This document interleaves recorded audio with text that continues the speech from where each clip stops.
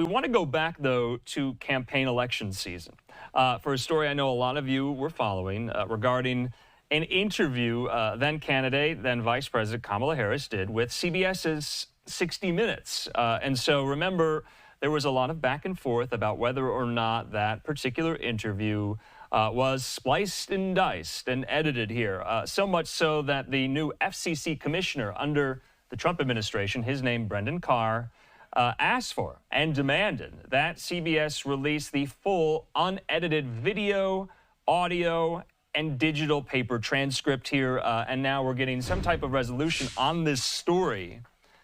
And I want to read from the Associated Press. They say 60 Minutes today posted online the unedited transcripts of its October interview with Harris that sparked a lawsuit by Trump, saying that they proved its broadcast was not, quote, doctored or deceitful. Remember, Trump filed a $10 billion lawsuit against the network in November. It was reportedly the subject of ongoing settlement talks. So there had been recent reports that CBS, of course, owned by Viacom, was going to settle in some capacity with Trump and his team.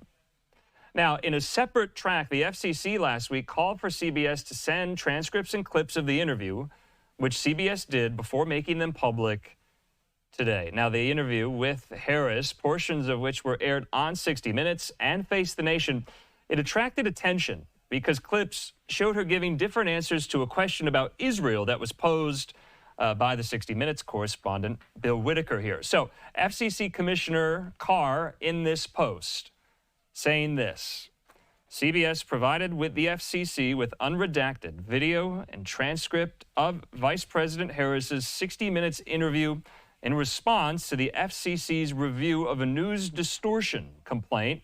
He says CBS did not ask for confidential or non-public treatment of these materials. He says given the value of transparency and the public interest here, the FCC is taking two actions. He says, one, the FCC is making these materials publicly available, and two, the FCC has concluded that establishing a docket and seeking comment on the issues raised in the complaint would serve the public interest. Carr says the people will have a chance to weigh in. So remember, there was that separate lawsuit filed by Trump and his team against CBS to the tune of $10 billion, and then the FCC complaint as well, demanding that CBS and 60 Minutes release this. Now, I have a statement in front of me from 60 Minutes, and I think it's worth reading in full here, which I'm going to do. So, 60 Minutes says this: we are posting the same transcripts and videos of our interview with Vice President Kamala Harris that we provided to the FCC. They show, consistent with 60 Minutes' repeated assurances to the public, that the 60 Minutes broadcast was not doctored or deceitful. They say in reporting the news, journalists regularly edit interviews for time, space, or clarity. They say in making these edits, 60 Minutes is always guided by the truth and what we believe will be most informative to the viewing public, all while working within the constraints of broadcast television.